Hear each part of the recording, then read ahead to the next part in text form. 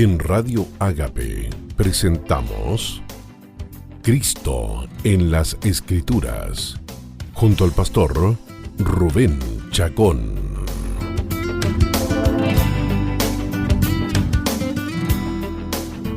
Hola, ¿qué tal amigos y amigas? Bienvenidos a su programa Cristo en las Escrituras.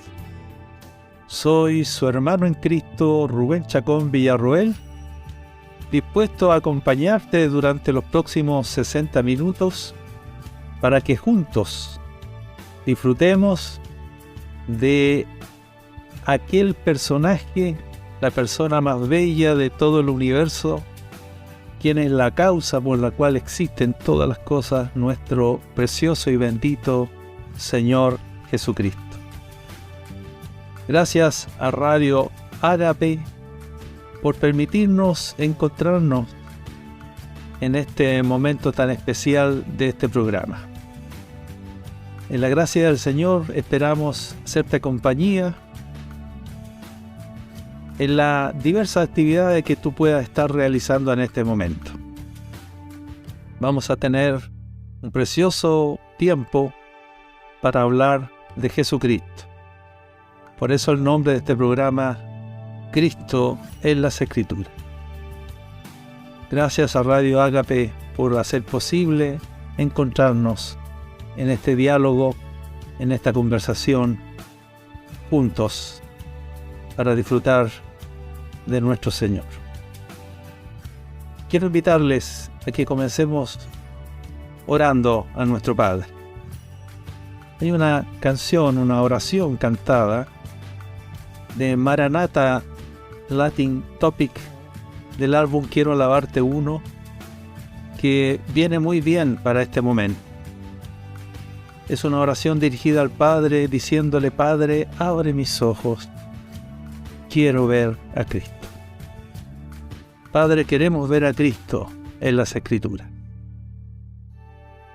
Padre, danos la luz de tu Espíritu para que estas letras de este precioso libro se abran para nosotros y nos encontremos con las hermosuras, con las glorias, con las perfecciones, con las dignidades de Cristo. Abre mis ojos. Oremos a nuestro Padre esta hermosa oración cantada.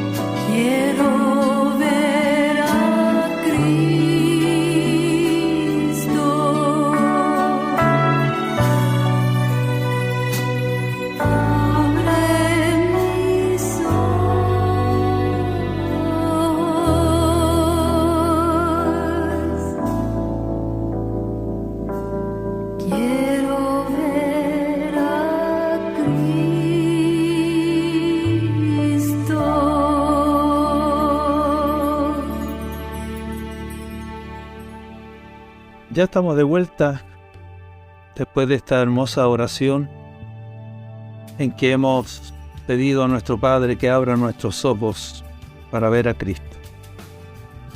En el programa de hoy quisiera terminar la explicación del por qué el título de este programa, Cristo en las Escrituras.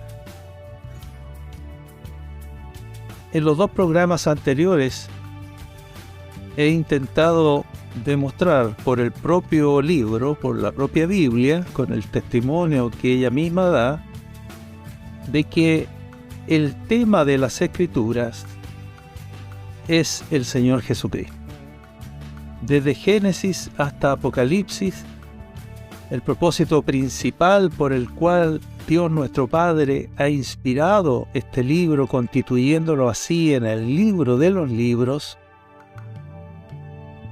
es revelar, el mostrar poco a poco y progresivamente desde el Antiguo Testamento, desde el Génesis en adelante, mostrarnos al Señor Jesucristo. Entonces, este programa se llama Cristo en las Escrituras porque Jesucristo es el tema de las Escrituras. Es el tema principal y fundamental. Es el motivo por el cual existen las Escrituras. Él es el centro de toda la revelación divina. Quiero entonces en el programa de hoy completar esta explicación y finalizarla. Hemos dicho que las Escrituras, en términos generales, globales, Jesús dijo: dan testimonio de mí. Vimos que en el canon hebreo o en la Biblia hebrea, los libros del Antiguo Testamento están agrupados en 3 bloques: la ley de Moisés, los profetas y los escritos que comienzan con el libro de los Salmos. Y de cada uno de estos bloques, dice el testimonio de la propia Escritura, cada uno de esos bloques da testimonio de Cristo. Jesús dijo: Moisés escribió de mí. Él le explicó a los que iban camino de Emaús, cuando el Señor se apareció resucitado entre ellos, y comenzó desde Moisés y siguiendo por todos los profetas, le mostró en todas las Escrituras lo que de él decía. Y por último, él dijo que era necesario, cuando resucitó, dijo que era necesario que se cumpliese todo lo que estaba escrito de él en la ley de Moisés, en los profetas y en los salmos. Al decir en los Salmos, él hizo alusión entonces al tercer bloque de libros que precisamente se iniciaba con el libro de Salmos. En el programa de hoy, quisiera entonces, para terminar esta explicación de por qué este programa se llama Cristo en las Escrituras, plantearles una pregunta. Está claro que en términos generales, la Biblia revela y habla de Jesucristo. Está claro también que los grandes bloques en que los libros de la Biblia están agrupados, por ejemplo, en nuestra Biblia en español, los 39 libros del Antiguo Testamento están agrupados en 4 bloques, no en 3 como la Biblia hebrea. Libros, el primer bloque es la Torá, la ley de Moisés o el Pentateuco. El segundo bloque son los libros históricos. El tercer bloque son los libros poéticos. Y el cuarto bloque son los libros proféticos.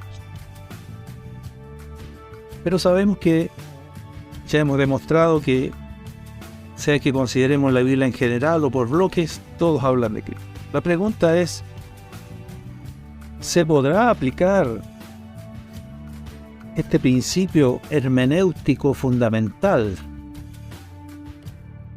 de que las Escrituras hablan de Cristo? ¿Se podrán aplicar hasta el detalle? ¿Se podrá este principio hermenéutico fundamental aplicar también a las cosas que son mencionadas, a los acontecimientos, a los personajes que menciona la Biblia? Y la respuesta es sí. Y esa será la materia de nuestro programa hoy. Que no solo en términos generales la Escritura dice que habla de Cristo, sino vamos a ver que hasta en los acontecimientos, en los personajes y en las cosas, se dice también que eran una profecía o una referencia al Cristo que había de venir. Para esto quisiera que tomen en cuenta lo siguiente. El Antiguo Testamento debe interpretarse a la luz del Nuevo Testamento. ¿Y por qué razón? Por una razón muy simple y muy sencilla. En el Nuevo Testamento está el cumplimiento del Antiguo Testamento. En otras palabras, el Nuevo Testamento ya ha interpretado el Antiguo Testamento. Por lo tanto, con la luz que ya tenemos del Nuevo Testamento, vamos ahora al Antiguo Testamento para entender lo que allí se nos informa. Entonces, atención con esto, porque tenemos que interpretar el Antiguo Testamento desde el Nuevo Testamento. Repito, porque en el Nuevo Testamento está la interpretación del Antiguo Testamento. Entonces, mira qué maravilla, qué glorioso para nosotros, qué ayuda más tremenda. El Antiguo Testamento ya está interpretado en el Nuevo Testamento. Así que nosotros que conocemos más el Nuevo Testamento, desde allí, con la luz que nos arroje el Nuevo Testamento, vamos al Antiguo y lo podemos comprender de una manera cristológica, buscando ver a Cristo en las Escrituras, tal como nos aconsejó el Señor. Escudriñen las Escrituras, les dijo a los judíos, no porque en ellas van a encontrar la vida eterna, sino porque en ellas se da testimonio de mí, en quien ustedes encontrarán la vida. Así que cuando tú lees tu Biblia, debes leerla para encontrar a Cristo. Y al encontrar a Cristo encuentras la vida. Al encontrar a Cristo encuentras la verdad y al encontrar a Cristo encuentras el camino para venir al Padre. Bendito sea el Señor. Así que lo primero, vamos a mencionar lo que es la tipología. ¿Qué es un tipo? Un tipo es un personaje, por ejemplo, Adán, o es un acontecimiento, como por ejemplo la fiesta de la Pascua, la fiesta judía de la Pascua. Así que un tipo puede ser un personaje o un acontecimiento que desde épocas remotas, claro, porque vamos a entrar a los libros del Antiguo Testamento que son 1500 años antes de Cristo. Los escritos, que desde épocas remotas anunciaba lo que había de acontecer en la plenitud de los tiempos. Eso es un tipo.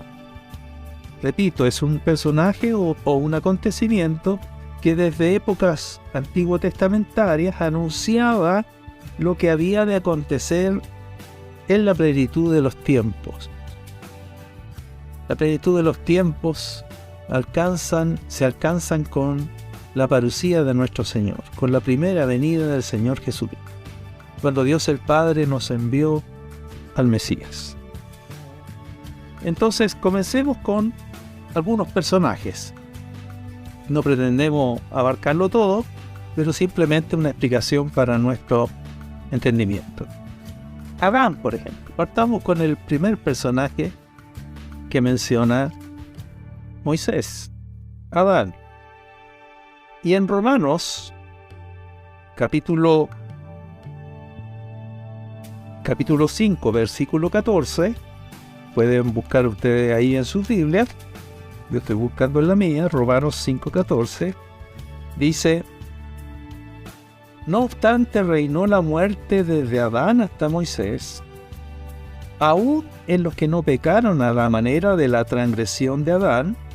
Y atención, miren lo que dice de Adán: el cual es figura del que había de venir.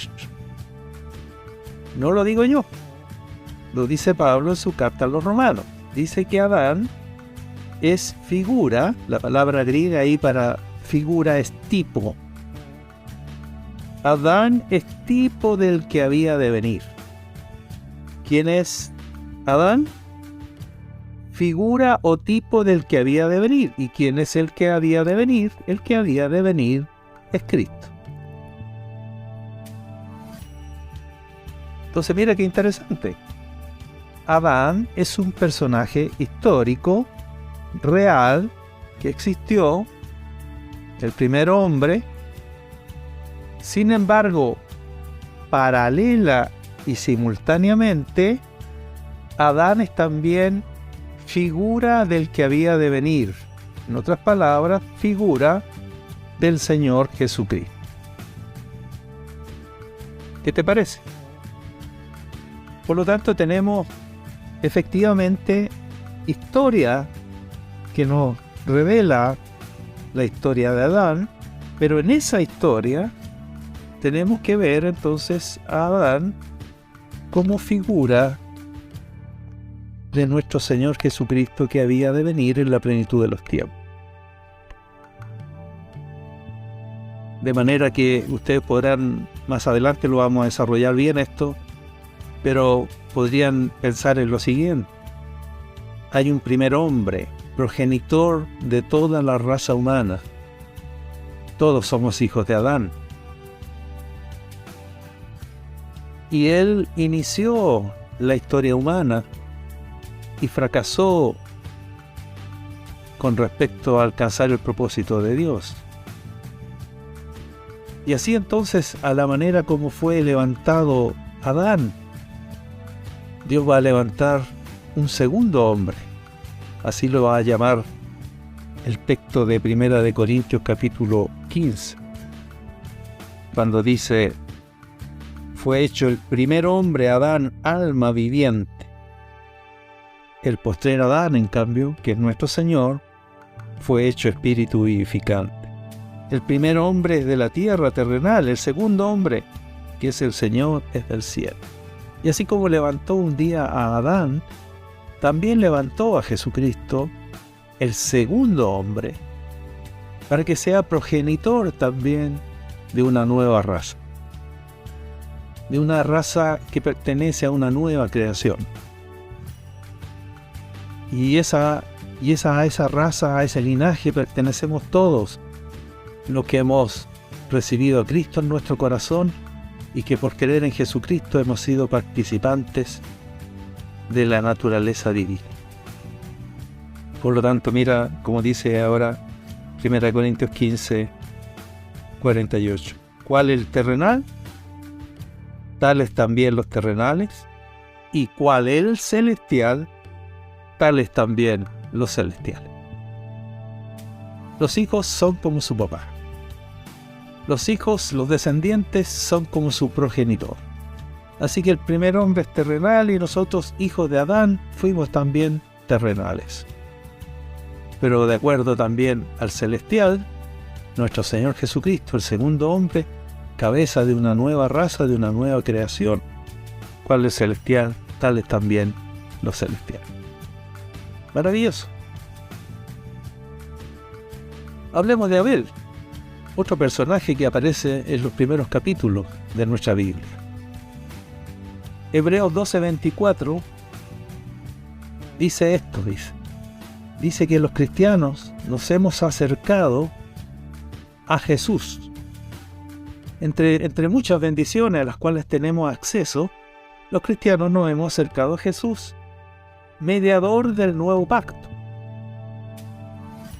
Entre otras cosas, Jesús, mediador del nuevo pacto. Y nos hemos acercado a su sangre, a la sangre de Jesús, a la sangre rociada de Jesús, que habla mejor que la de Abel. Por lo tanto, aquí está haciendo una comparación entre Abel y Cristo.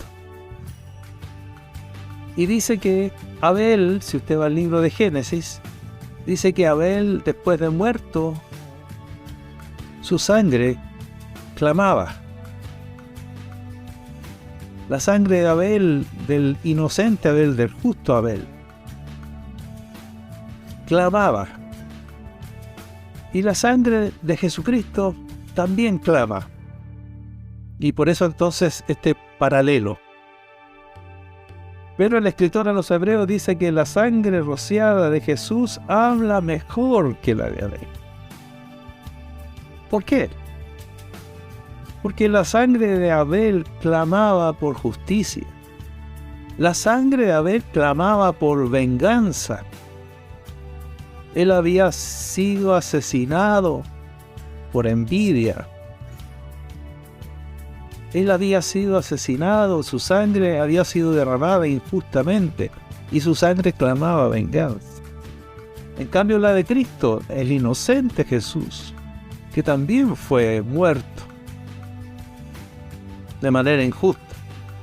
Como dice el Nuevo Testamento, dice el justo murió por los injustos, sufrió por los injustos. Pero atención, la sangre de Cristo clama perdón. La sangre de Cristo habla diciendo, te perdono. La sangre de Cristo no clama por justicia, sino que justifica al pecador. ¿Te das cuenta entonces cómo clama y habla mejor que la de Abel? No reclama la sangre de Cristo venganza, sino que otorga perdón y justificación. Así que te digo lo siguiente. El episodio de la muerte de Abel fue escrito para poder destacar por la vía de la comparación la muerte de Cristo. De alguna manera la muerte de Abel entonces anunciaba la muerte de Jesús, pero con una tremenda diferencia entre Jesús y Abel. La sangre de Abel reclamando venganza, en cambio la sangre de Cristo otorgando perdón. Abel entonces, figura histórica, real. Su historia contada allí en el Génesis es verdadera historia, no es fábula. Sin embargo, paralela y simultáneamente, esa historia anunciaba la muerte de Cristo, anunciaba la sangre rociada de Cristo, derramada de Cristo, pero hablando mejor que la de Abel. Abraham, otro personaje, sigo en el libro de Génesis, Abraham. Hebreos también, dice Hebreos 11, 17 al 19. Si lo tienes en tu Biblia, ¿me puedes acompañar? Dice así, Hebreos 11, del 17 al 19. Por la fe Abraham, cuando fue probado, ofreció a Isaac, porque pensaba que Dios es poderoso para levantar aún de entre los muertos, de donde en sentido figurado también lo volvió a recibir. Aquí está la historia de Abraham cuando ofrece a su hijo Isaac en sacrificio. ¿Y qué hizo Abraham? Dice que estaba dispuesto a ofrecer a Isaac porque pensaba que Dios es poderoso o era poderoso para devolvérselo, resucitándolo aún de entre los muertos. En su corazón él ya había decidido sacrificarlo, por lo tanto, vamos a decir así, él en su corazón ya había ofrecido a su hijo. Por lo tanto, cuando el padre le dice, no lo hagas, es como haber recibido a Isaac en resurrección, porque él en su corazón ya había tomado la decisión de sacrificarlo. Así que lo volvió de alguna manera resucitado. Ahora lo interesante dice que en sentido figurado, Abraham lo volvió a recibir en resurrección. La palabra en sentido figurado en griego es parábola. En otras palabras, este incidente de Abraham ofreciendo a su hijo Isaac, allá registrado en Génesis capítulo 22, allí pueden leer la historia de este acontecimiento. El escritor a los hebreos dice que era una parábola. ¿Una parábola de qué? Nos hacemos la pregunta, ¿parábola de qué? ¿Una ilustración de qué? Te pregunto entonces, ¿será forzar las escrituras decir que la historia de Abraham entregando a su hijo Isaac era una parábola de nuestro Padre Celestial entregando a su unigénito hijo a la muerte para posteriormente volver a recibirlo en resurrección? Te pregunto, ¿será torcer la escritura? ¿Será de hacer decir a la escritura algo que no dice? No, es tan evidente que Abraham estaba experimentando al sacrificar a su hijo Isaac lo que un día nuestro Padre Celestial iba a experimentar cuando entregara a la muerte a su propio Hijo, nuestro Señor, para después de haberlo entregado a la muerte, volverlo a recibir en resurrección.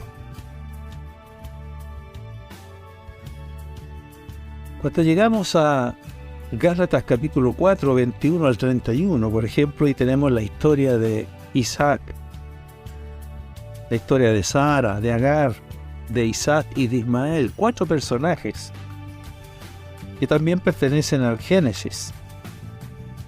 Pablo dice claramente que los episodios de la vida de Sara y Agar y de sus hijos Isaac e Ismael respectivamente fueron dichos en alegoría.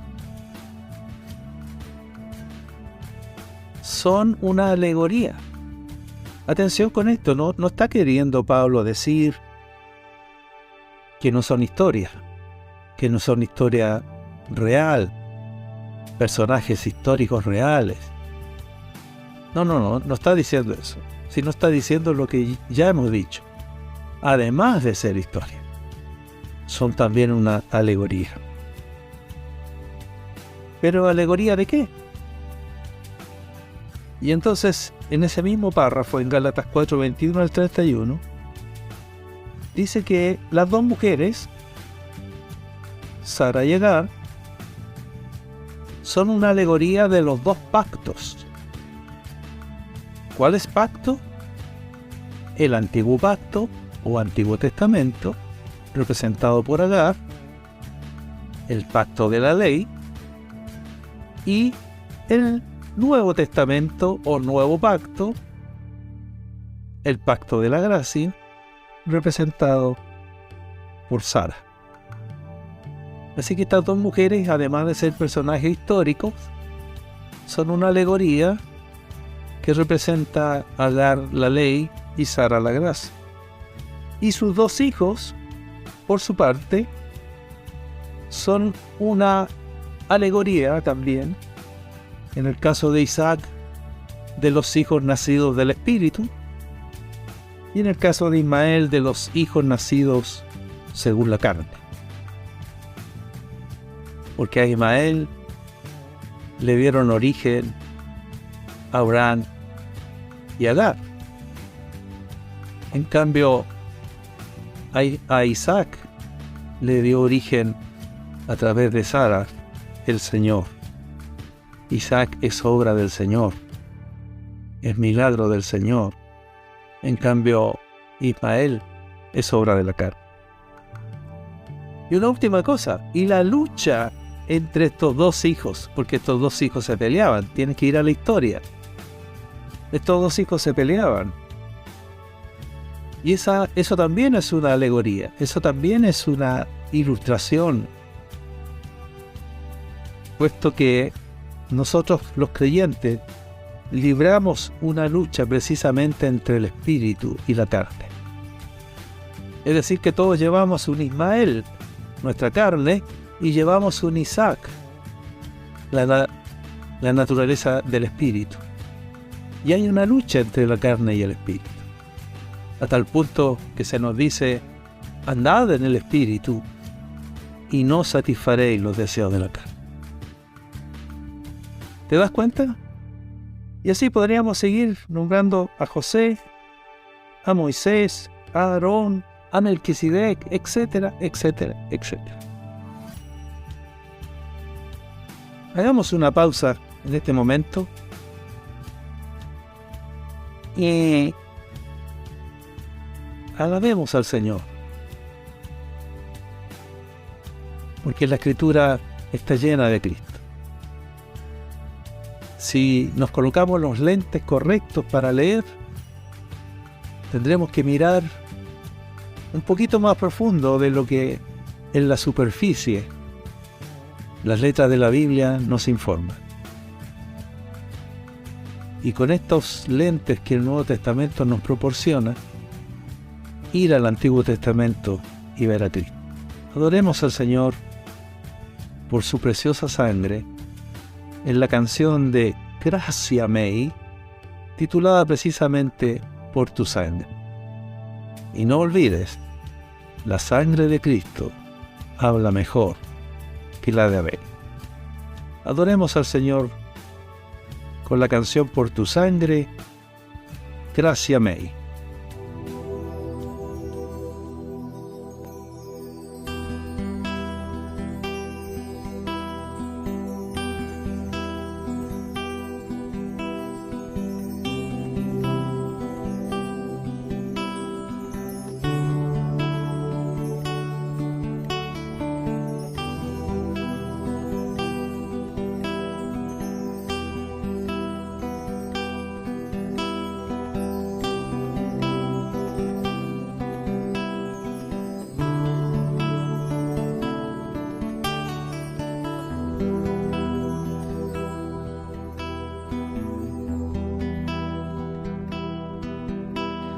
Tu sangre entramos al santísimo lugar, adorarte, bendito Redentor,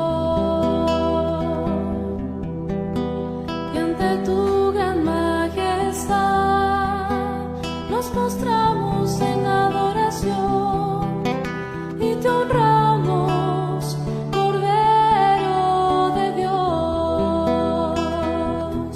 Tú eres glorioso,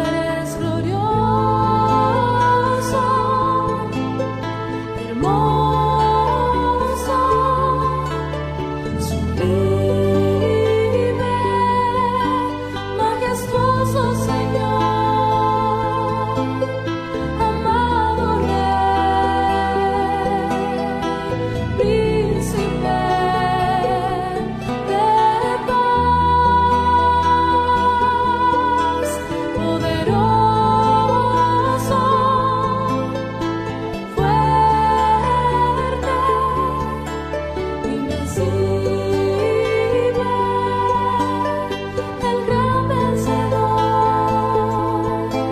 único Señor, el eterno, el glorioso. Tú eres glorioso, hermoso, sublime,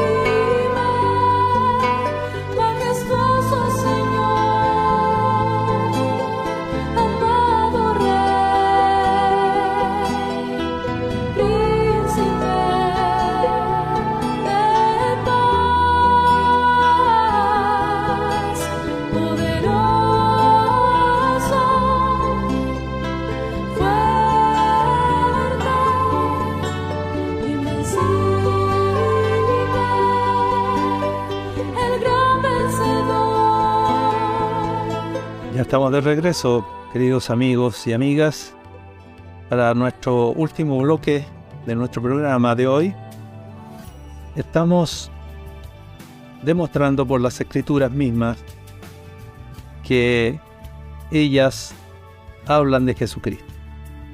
No solo en una declaración general, sino en los detalles, incluso en los personajes, en las cosas y en los acontecimientos que en ellas se narran.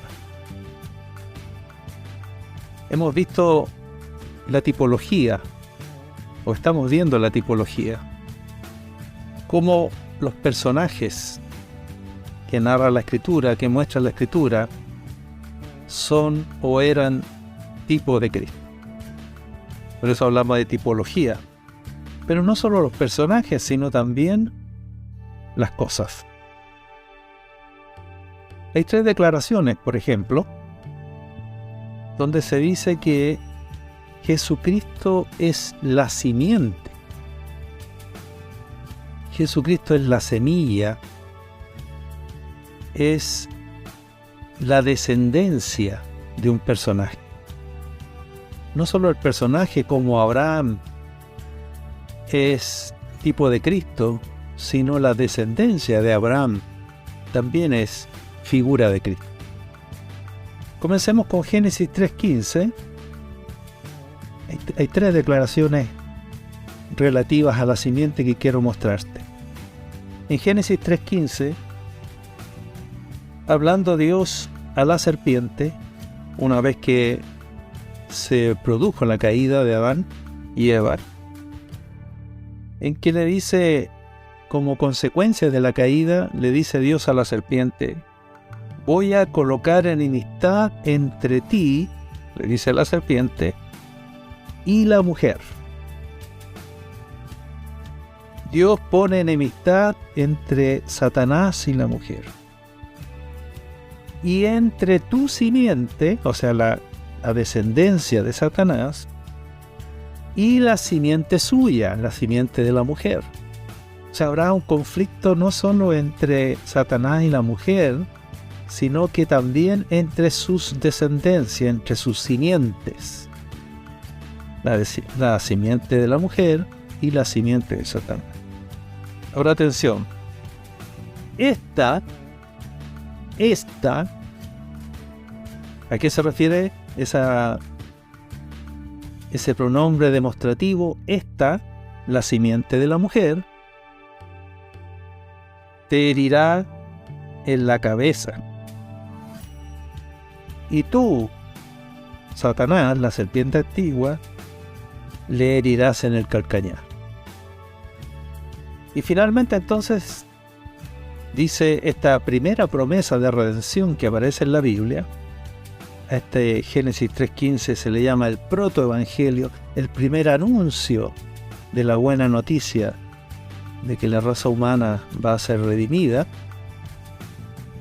Dice que finalmente va a haber un enfrentamiento entre la descendencia de la mujer, la simiente de la mujer, y esta, la simiente de la mujer, va a herir en la cabeza a la serpiente, aun cuando la serpiente alcanzará a herir a la simiente de la mujer en el calcañar. Pregunto, queridos amigos y amigas, ¿quién es la simiente de la mujer? ¿Quién puede ser la simiente de la mujer que hirió a Satanás en la cabeza? ¿No es claro acaso que fue nuestro Señor Jesucristo en la cruz del Calvario? En la cruz del Calvario, nuestro Señor Jesucristo destruyó al que tenía el imperio de la muerte por medio de la muerte. Le asestó un golpe en la cabeza, eso quiere decir que le dio un golpe mortal.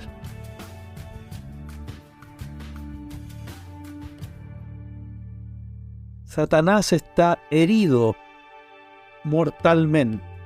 Fue herido mortalmente por Cristo en la cruz del Calvario. Pero esa victoria que alcanzó nuestro Señor, la simiente de la mujer, que hirió en la cabeza a Satanás, le significó a él ser herido por la serpiente en el calcañar, ser mordido por la serpiente en el talón. Jesús tuvo que pasar por la muerte. Por eso dice que Él participó por nuestra redención de carne y sangre, a fin de destruir por medio de la muerte al que tenía el imperio de la muerte, esto es al diablo. ¿Qué te parece? Entre paréntesis, cuando la Reina Valera dice destruir, no quiere decir aniquilación, porque sabemos que Satanás existe, aunque está herido de muerte, aunque ya está vencido. La palabra destruir debiera traducirse de mejor manera como anular, quitarle su poder, dejarlo inválido, desarmarlo. Ese es el significado. Jesucristo lo venció, lo hirió mortalmente. Son pocos los días que faltan para que Él sea arrojado al abismo, donde será apresado por 1000 años, y luego su destino final, el lago de fuego, por los siglos de los siglos. Jesucristo no solo es la simiente de la mujer, sino también es la simiente de Abraham. En Génesis 22:18, después que Abraham estuvo dispuesto a ofrecer a su hijo Isaac y el Señor vio su corazón, le dijo el Señor, le prometió, en tu simiente, recuerde la palabra simiente significa descendencia, en tu descendencia serán benditas todas las naciones de la tierra, por cuanto obedeciste a mi voz. En tu descendencia, Abraham, voy a bendecir no solo al pueblo judío, no solo a Israel, sino a todas las naciones de la tierra. Eso nos alcanza a nosotros, eso alcanza hasta Chile, ya que somos uno de los países del fin del mundo. Ahora, el apóstol Pablo, cuando interpreta, y tenemos que sujetarnos a la interpretación que hace el Nuevo Testamento del Antiguo, porque allí está la interpretación acabada, correcta del Antiguo Testamento, en el Nuevo. Cuando interpreta este texto en Gálatas 3:16, dice así: ahora bien, dice Pablo, a Abraham fueron hechas las promesas y a su descendencia o simiente. Es lo mismo. Fueron hechas a Abraham y a su simiente o a su descendencia. No dice y a los descendientes, como si hablara de muchos. Entonces fíjate que Pablo dice, por alguna razón, Moisés puso simiente en singular. No dijo a Abraham fueron hechas las promesas y a todos sus descendientes, como se hablaba de muchos, sino como de uno, y a tu descendencia, la cual es Cristo. O sea, las promesas de Dios fueron hechas a Abraham y a la simiente de Abraham, que es Cristo. No lo digo yo, lo dijo Pablo en su carta a los Gálatas. Él interpretó el Antiguo Testamento. Él interpretó Génesis 22:18. Y dijo que cuando Dios dice, en tu simiente serán benditas todas las naciones de la tierra, Dios estaba diciendo en otras palabras que es en su Hijo Jesucristo, descendiente de Abraham, todas las familias de la tierra serían benditas. ¿Cómo no creer en Cristo? ¿Cómo no recibir a Cristo? Si al recibir a Cristo recibimos la bendición que fue hecha a Abraham, y en Cristo recibimos la bendición que está otorgada a todas las naciones. Y en tercer lugar, que les dije que eran 3 referencias, en Apocalipsis 22:16, el libro dice que Jesucristo es la raíz y el linaje de David. El linaje se puede usar como sinónimo también de simiente o de descendencia. ¿Y qué dice aquí? Dice que Jesucristo es la descendencia de David. Jesucristo es la simiente de David. La palabra simiente en griego es esperma. En español lo traducimos comúnmente como semen. Aquí no dice que Jesucristo es la simiente de David. No está usando el término simiente, pero sí dice que es el linaje de David. Linaje en griego es genes. Y usted debe recordar que los genes vienen en el semen. Son parte del semen. Por lo tanto, simiente, descendencia y linaje son términos equivalentes. Ahora, este es el Nuevo Testamento. El Nuevo Testamento está presentando a Jesucristo como la simiente de David en Apocalipsis 22:16. Pero vamos a terminar con esto. No solo dice que es la simiente de David, sino que también dice que es la raíz de David.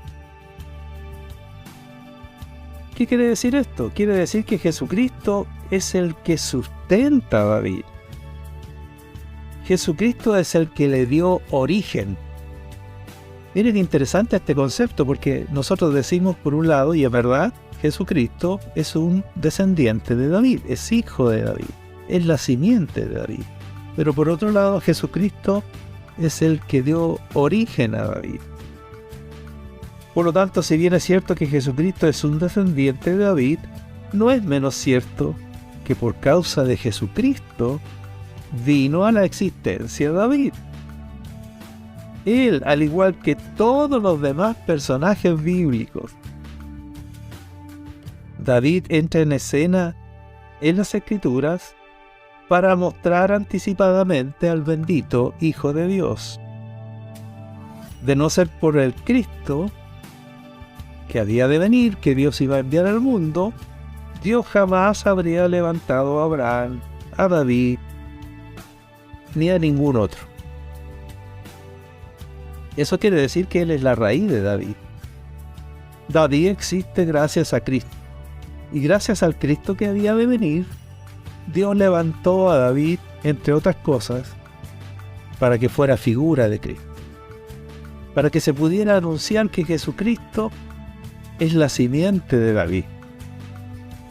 ¿Y eso qué quiere decir? Que Jesucristo es el rey del cual David solo fue una figura, del cual David solo fue una sombra. El verdadero rey conforme al corazón de Dios es nuestro Señor Jesucristo, Rey de reyes y Señor de señores, a quien le será entregada ha entregado el gobierno de las naciones. Jesucristo es el Rey perfecto. Jesucristo era el Rey anunciado, entre otras cosas, por la figura de David, de quien se dice que es un varón conforme al corazón, pero en quien se cumple en plenitud esas palabras, no son en David, sino en nuestro Señor Jesucristo. Bendito nuestro Señor, adorado nuestro Señor, glorioso nuestro Señor, a quien hemos podido conocer un poquito más por medio de las Escrituras.